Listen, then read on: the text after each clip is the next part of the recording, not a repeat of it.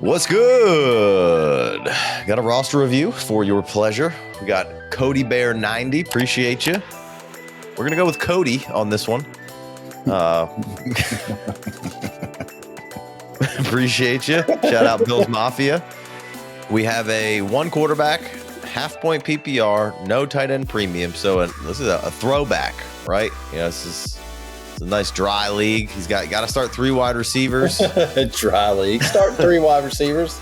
Start 3 wide receivers, 2 running backs, 1 quarterback, 1 tight end, 3 flexes. So that's where we stand here. They started to mix it up a little bit. 3 flexes, 3 wide receivers. Kept it half PPR, just a tip. Yeah. Get up there with the hot mops. Got my wife poking around like she knows what the fuck's going on. I threw her off. Insert the clip right here, Jason, so everybody knows what's going on. If you're not familiar, the Jerky Boys were a big part of our generation growing up. That tells you about how old we are when you could prank phone call people, and there is some bangers in there. Roofing's real solid. That's what we were referring to. That's right. All right. So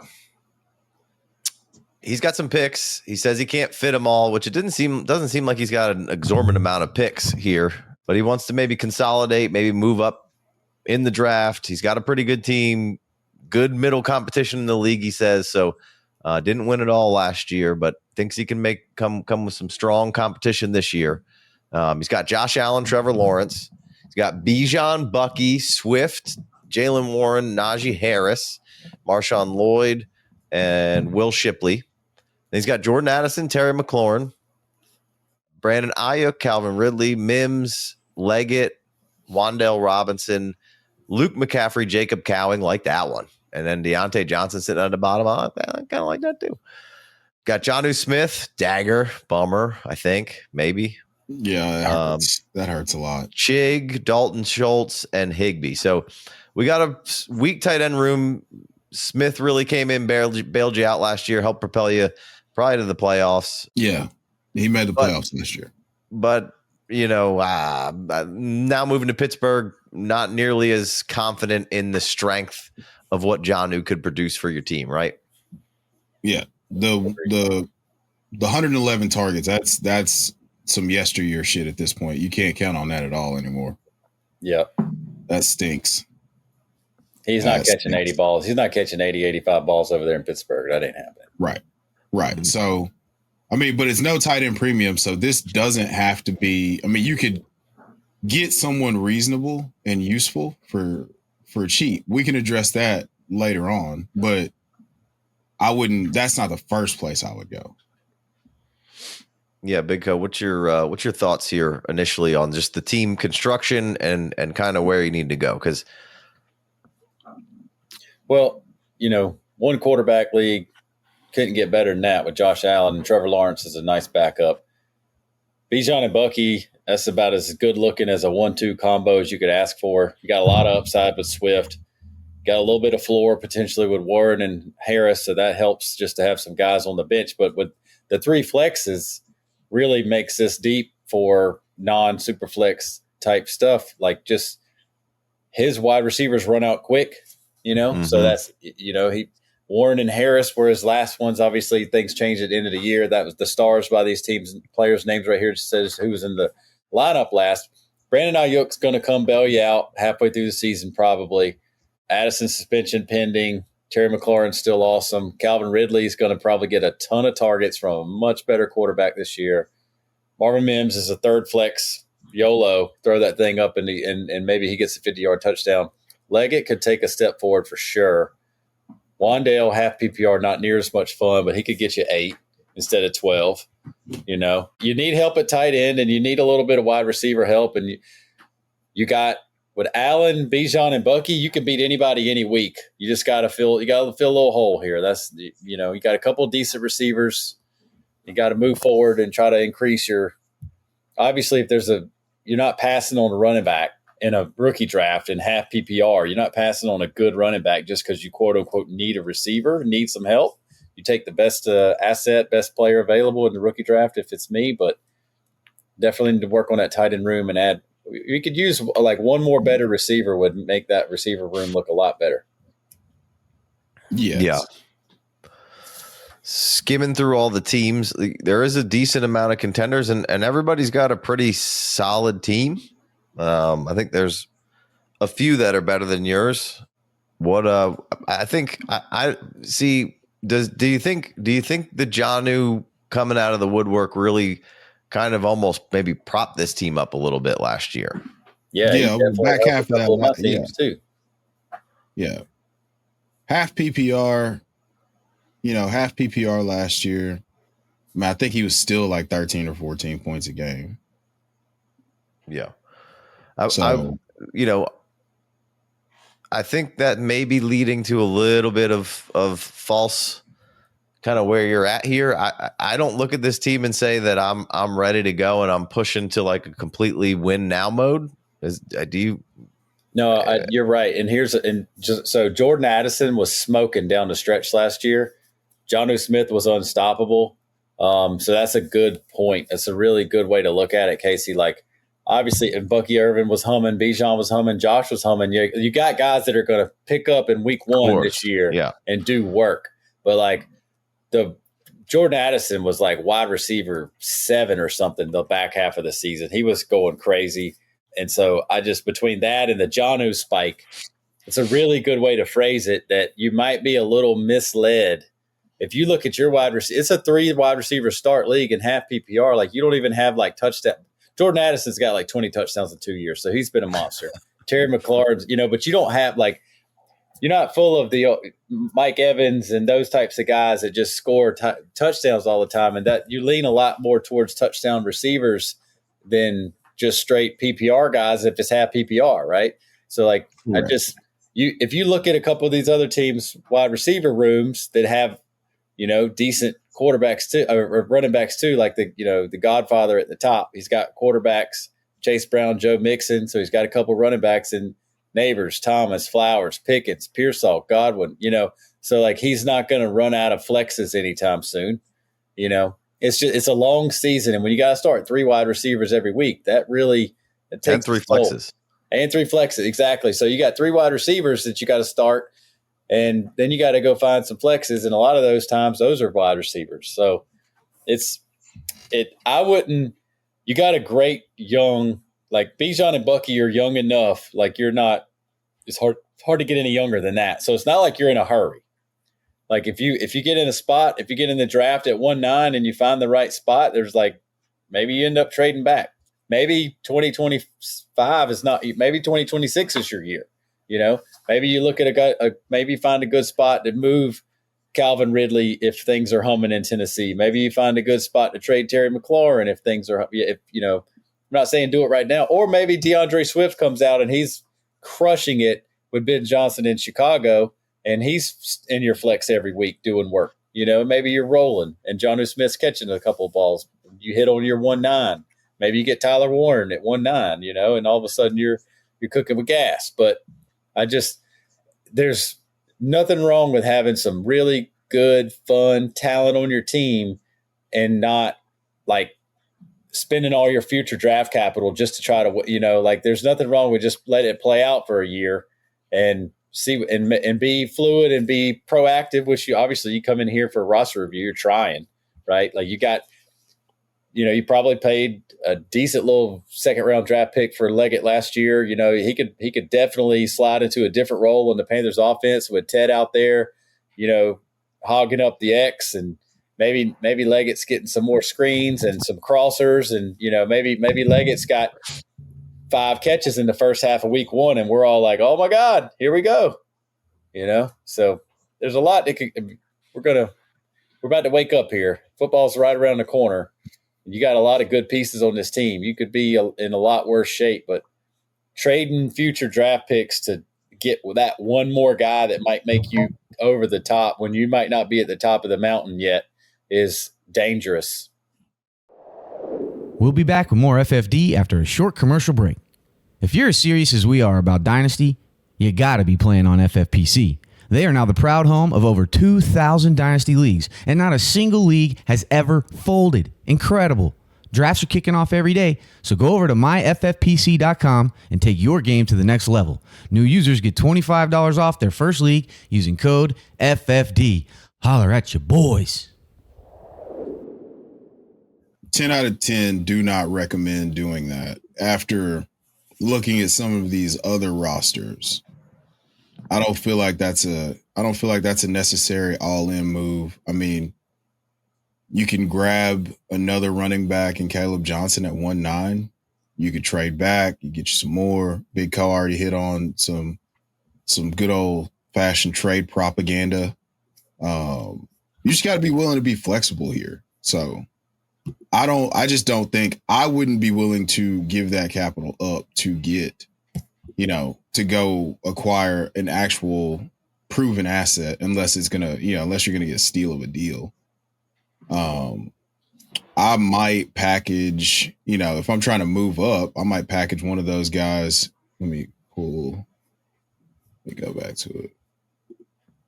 Yeah, I might see if we get in season and, Najee or DeAndre Swift start going crazy, you might be able to package them to get and something to upgrade.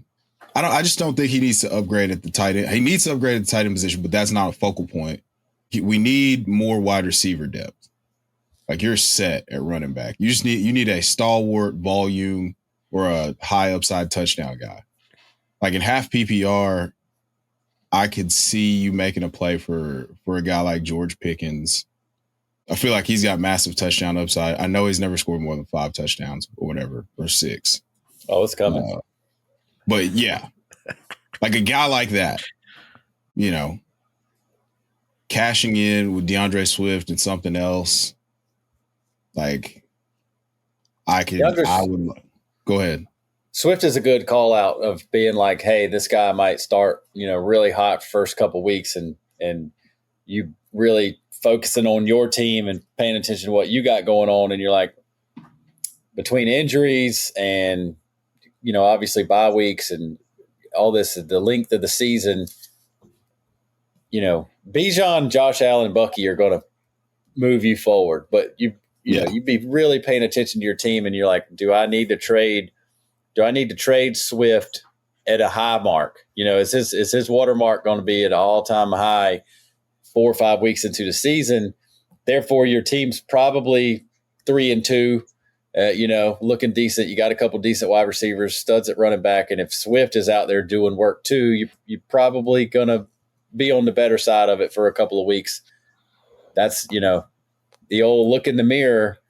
Pay attention to what you got going on. It's a dynasty league, and your best 2 wide receivers through 3 weeks could be Terry McLaurin and Calvin Ridley, 2 30-year-olds, So there's nothing wrong with trying to win. We all want to win, but just kind of pumping the brakes on what you give away if you get overinflated over the first couple weeks, you could be spending money. You could be swiping that credit card and not want to pay the bill later. Right. It felt great in the moment, but come 2026 draft time, you'll be sitting there with the boo-boo face. Yeah, I am. I think look, you could certainly win with this team. You could add a piece and go win, but I'm much more like you guys have kind of been talking about, like we alluded to. I'm much more in the camp of this might be a little break it down, try to sell off some pieces here midseason as things are going well, and come right back to the drawing board in a year or two, right? I mean, I don't know. I don't mean to kill my man's dreams. That's I don't want to be, But I don't. I look at this. I don't go, oh yeah, this thing's just ready to go out and crush for 3, 4, 5 years, right? Mm-hmm. Right. That's kind of where what I'm looking at. Yeah, I usually give a trade this direction idea and a trade, up or down if you're going, lose now, win later, or win now. You kind of have a hole in the tight end lineup already. So if you sold DeAndre Swift, which is okay in non-premium, but half for sure. But all of us, you could. I'm not saying you're 1-1 worthy, but if you sold a couple pieces, now you get a better draft pick next year, mm-hmm. right? And that, leave it intentionally creating a hole in your lineup, not like tanking with a good player on the bench and being, that guy. We're never that guy ever. But you could have you could have bad tight ends and you don't do anything about it this year. And then you could say if Terry's out there killing it, maybe you get a decent first round pick offer. Maybe you can take Terry and add a little something with Terry and get a bad team's first round pick, or not the worst team, not the team that starts 0-4 because they're probably not going to give up their first, but like the team that starts 2-2 and you're like, this team's really not good. They got very lucky, and maybe I can get a top half of the first round draft pick for Terry McLaurin next year, kind of thing. Just pulling a piece off here or there. Like, you can't sell Ayuk right now, but he could still be a decent piece of the future for this team. He could be coming back in October, November, and looking spry, looking good. Maybe he's a 2026 play. Who knows? Just say, like said, you could pull a couple pieces here and there, and then like I like Jordan Addison. I think if you're ever trading away Jordan Addison for some reason, it just feels like you're selling low. Like I don't feel like he gets the attention or the accolades that he's worthy of. Everybody said his touchdown rate had to regress, and he got lucky, and everybody saw that play at the end of the half against the Niners when he was a rookie, and that was like an 80-yard touchdown, and it shouldn't have been a touchdown, so we tried to take those stats from him, and then he goes out and crushes again last year with Sam Darnold. It's like, all right, well, is Jordan Addison just not really good? And he's playing opposite of Justin Jefferson, who the entire defense runs after on every single play. So Jordan Addison is always open, which is exactly what the Vikings said they were looking for when they drafted him, right? So, like, I just don't think you could get what Jordan Addison's worth if you sell him. Might as well hang on to him, especially half PPR. He's already showed you the touchdowns. Maybe taking advantage of Calvin Ridley, Tennessee. Like I said, I think you could probably do just as good selling off some pieces, getting a better first-round pick next year, plus the stuff you sold for, right? And then coming back into 2026 with a couple – you got two second-round picks this year, so that'll be more fun. And then, working – you could maybe potentially trade up from the 1-9. Just because you're selling pieces don't mean you don't make moves in the rookie draft. If the 1-7's on the clock, right, and this, for some reason Judkins is there, whatever, half the PPR he's definitely not. But, if you could trade 1-9 up to 1-7 or 1-6 and get into another tier of rookie running back there or whatever, however it works out, and trade back, you use those twos to move around. Nothing wrong with doing that. Or if the situation presents itself, maybe you trade back from the 1-9 and you find a team with no first round pick. And a lot of times the teams with no first round pick are bad. And then maybe you go looking for a bad team with no first round pick, or just a bad team in general. And you're like, this is going to be a really good first round pick next year. They are the worst team in the league. And maybe you can give them 1-9 and you get their first round pick next year and get back a 2 or something in this draft, right? Maybe a late 2 is what it takes. Maybe 2 3s, maybe a 3 this year and another 2 next year. Just, you had to put that puzzle together. But all those things just makes your teams more stronger in the future. Of course, if you pick a player at 1-9 and they're an all pro, nice job. Right. But right, we're throwing darts anyway. So might as well get a couple more darts. Just trying to get the odds of a better pick either for your team next year and or from another team next year too. Yeah. 1-9, I'm okay. I like the idea of trading it back for sure. I definitely want to hold on to those picks. I don't think I really want to try to move up from 9 to another pick unless it's, a reasonable price.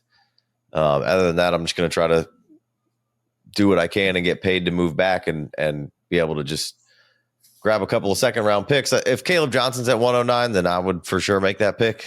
Yeah, 100%. Obviously. Not trading back if Caleb Johnson's there at 1-9, I don't think. Right. Either. But the tight ends will be there, right? And they're probably going to go end of the first, early second, because it's non-premium half-point PPR, which grabbing one of those guys would be great, but it'd be great to get paid and still grab one of those guys, right? So that's kind of the idea. Caleb at 1-9, or a running back, a good running back at 1-9, and then trading up from 2-6 to 2-2 to get Warren or the other guy, Loveland. If you got to get 2-6 up to 2-2 to get one of those two tight ends, and then your 2-12 falls back, or you got to give maybe the 3-5 by itself, something like that, to go up and get you a running back and get you a tight end in the rookie draft. That's a fun way to play it.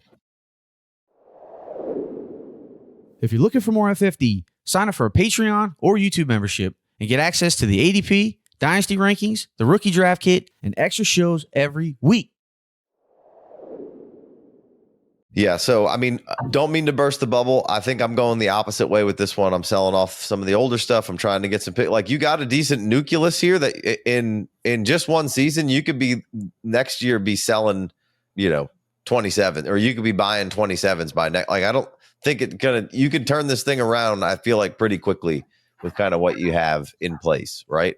Well, I mean, it's not like a 2-3 year job, right? But I think it would just put you in better position moving forward. Whereas I think if you go another season in with this, I don't think you're necessarily you don't have a great, in my opinion, you don't have a great chance of winning the championship. A lot of things would have to go right.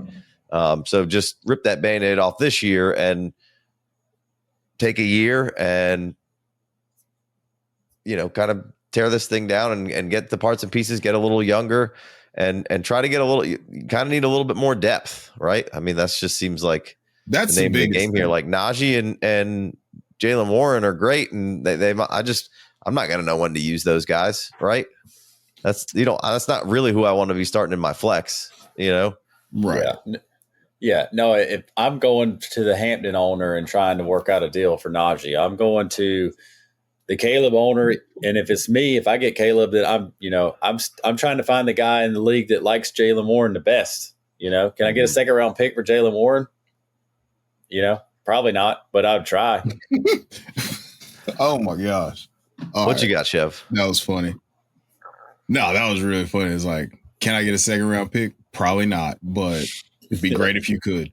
No, I think I'm 100% in line with the thought of getting rid of some of these older pieces for draft capital, or using that to maybe that and something like that in the 206 to maybe get back into the back end of the first round.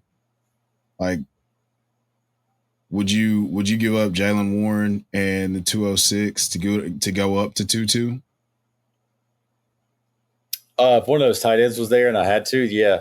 Jalen 2-6 and Najee Harris, does that get me the 111 in the right spot to draft XYZ, right? And right.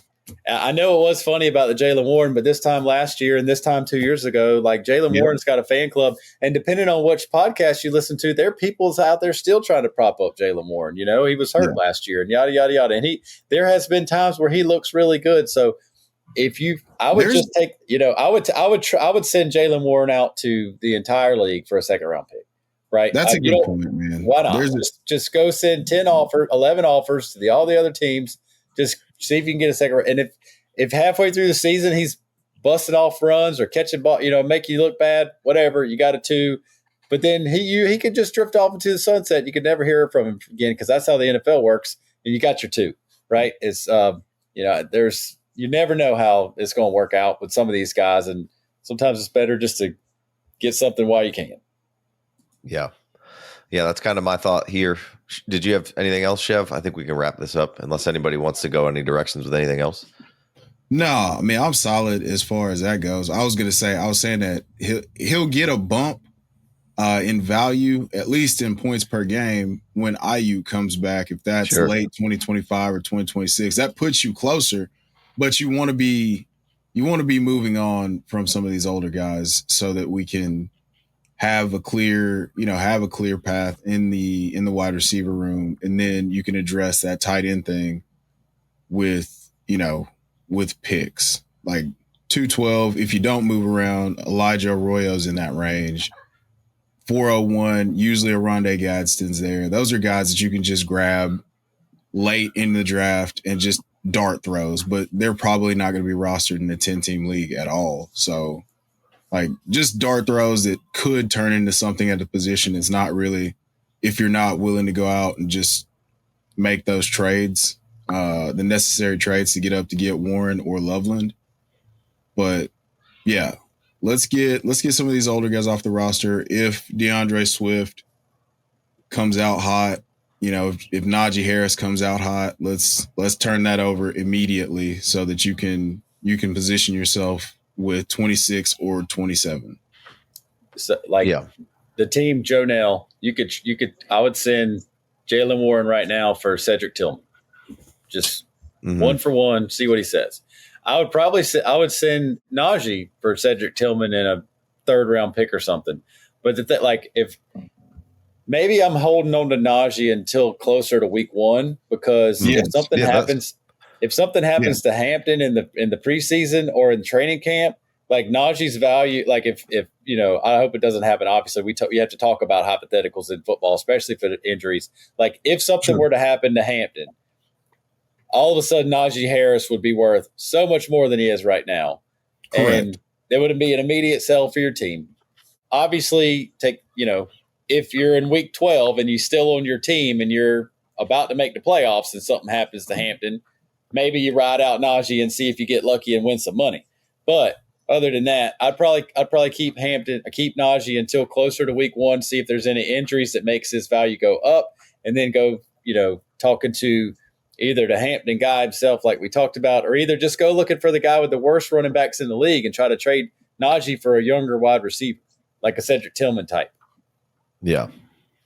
Beautiful. Yeah, I think Chev started off in the beginning saying that, you could be patient here and fluid and kind of move around, I think that's the point with Najee is essentially, you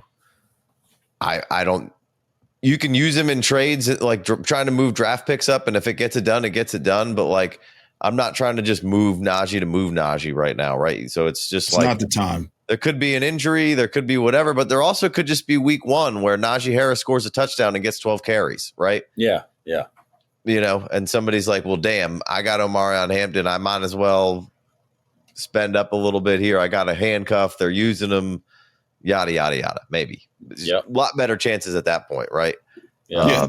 Swift the same way. Now, don't turn down a good deal if it's going to happen. But like a lot of the 2 veteran receivers, Calvin Ridley, Terry McLaurin, you don't want to trade them right now. Right. You unless you can do a deal in the draft to give you capital, get younger and get capital somewhere. Yes. You're hanging on to those guys, right? In the rookie draft, you might be able to do some damage with Terry McLaurin in the rookie draft.